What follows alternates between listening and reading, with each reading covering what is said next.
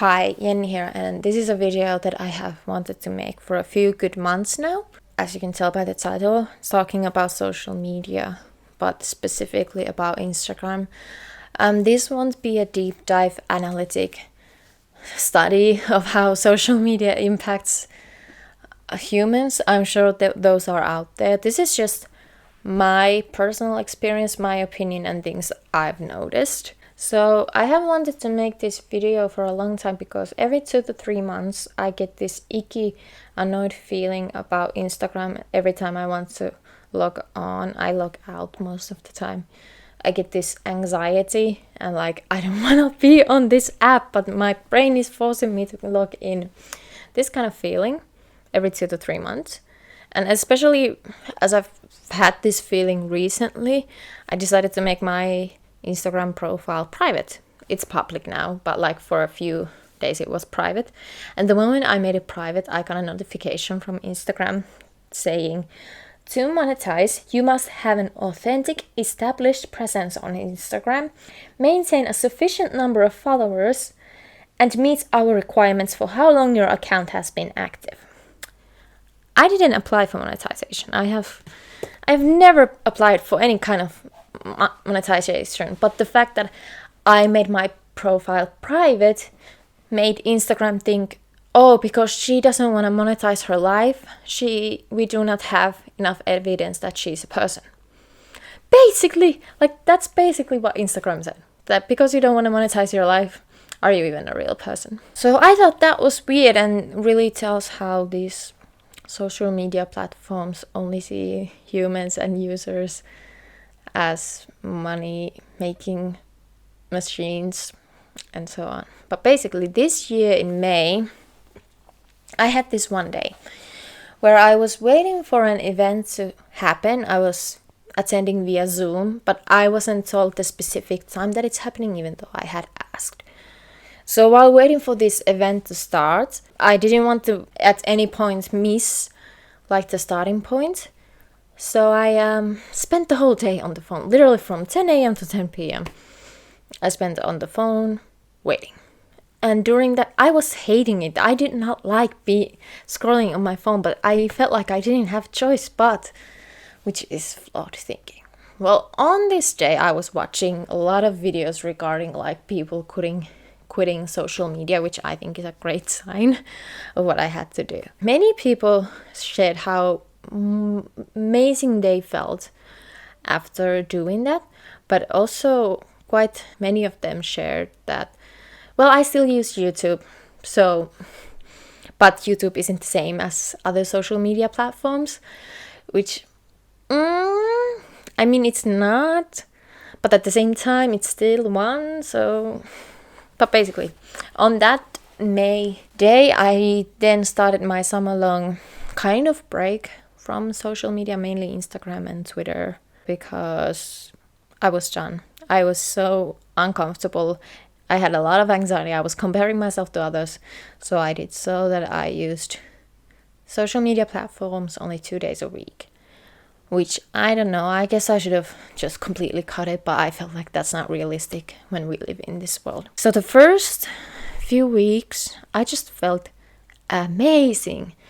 But every time Friday would roll on, I would be really happy to check Instagram and Twitter and see what are my favorite celebrities and so on, what are they doing and so on. But then by Saturday morning, I was like, I don't want to be on here anymore. So that kind of shows how much better my life became after I had done this little bit of a break thing.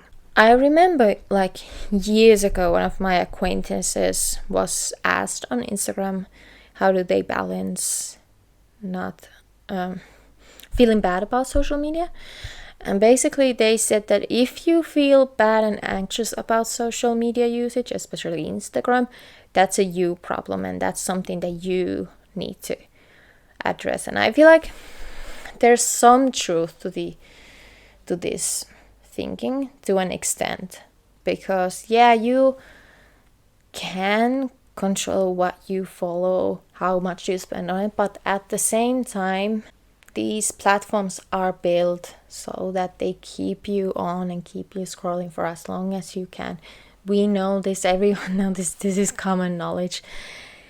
And nowadays it's not social media feeds, they're not really the things that you have chosen to follow.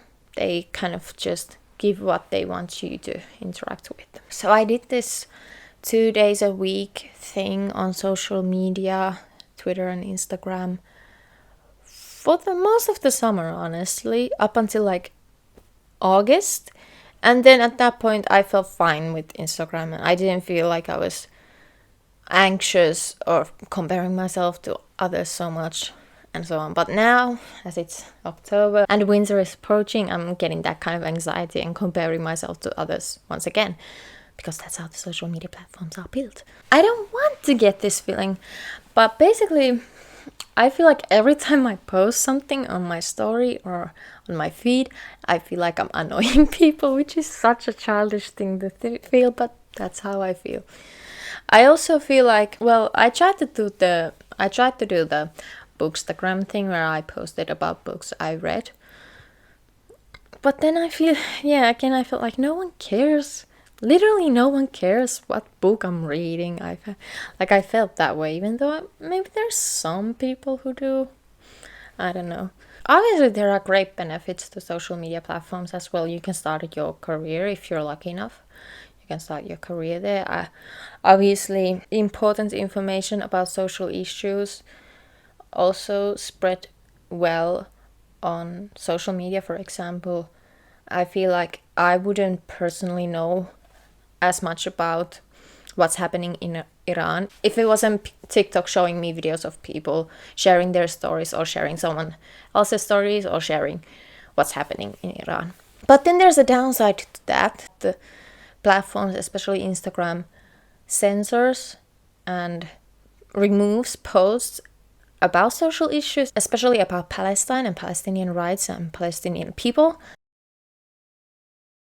So there's that kind of like, it's good for spreading awareness, but at the same time, information gets blocked. Apparently also it's impacting teenagers'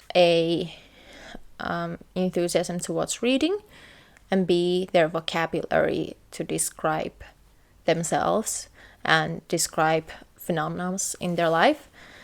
Another acquaintance posted that in Finland only 6% of teenagers read because they like it. So that is worrying, but like what can we do when we have these platforms that give you instant happy feelings and hooking addictive feeling right away just with scrolling with your thumb? But like what can we do? What can we do when this is up against us? So I have my Instagram account jenskosmos, but I also post poems on Instagram at Poetry of JK. And I started posting there on 2018 and it was all going well. I was really happy. My platform was growing. But then because the platforms and algorithms changed, it felt like Instagram started hiding my posts of poems and people were not seeing them. I saw like my likes going down quite drastically. And then I tied to my human worth because many of my poems are written from like personal experience. So if I saw a poem that was about personal experience not get many likes, I was like, okay, so that means I'm a bad person, which I know it's not true, but that's how the apps make you feel. And now recently, this year, I started posting those poems again. And yeah, there's been a change in platform and likes and engagements and so on. And then there's the fact that Instagram wants you, in order to push out your content or posts, you have to post reels because Instagram wants to be like TikTok, because TikTok was massively successful. Which is so annoying because I don't want to make reels about my posts, but what should I adapt what to grow my platform? Like, yeah, I don't know. Then there's this side that's probably just me, but I feel like at times you are obligated to follow certain people even if you are in no contact with them, but out of politeness you follow them. I don't know if this is just a pressure that I have put on myself, but basically, like, if you don't follow X person that is followed by your other friends and so on, you are being impolite and mean. But like, I don't care about the person and we don't have anything in common. We don't even talk at all. So what do we do? Is there winning? Is there a way to find a balance? I don't know. I genuinely don't know. What I do know that when I had my 2 days of social media only, I felt like the noise in my mind like lowered, that it wasn't as loud. I felt a bit more free, I felt more present. But then at the same time, when I returned to social media, August time, I didn't feel bad about social media. But I kind of do now, but not as bad as I did in May. What do we do about the kids? I literally don't know. I don't know. Hence why I didn't make this into a video essay analytic approach, because I genuinely don't know what we can do about these social media platforms, because there is a lot good and in them as well, but I feel like the bad outweighs them. All that these platforms want is monetization, money, ads. I know I have mostly talked about Instagram, but it's on Facebook, Twitter, YouTube, all of them. So what will I do now regarding social media myself? I feel like, I guess I'll try to use it less, but it's not really a long-term solution, is it? I wish I could use social media and Instagram, especially like my partner. He can go weeks without checking the app. He usually posts on feed like every 4 to 5 months, and he just doesn't remember about it, and I really wish I could live like that. Another person that I wish I could live like is my best friend since childhood. She is not a social media person at all, and I really admire that. I wish I could be like that as well.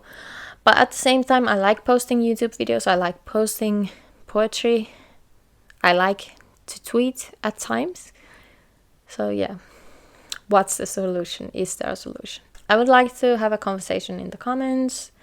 Share your experiences. What do you do to stay sane in social media platforms? Do you kind of set boundaries for yourself, set timers or something like that?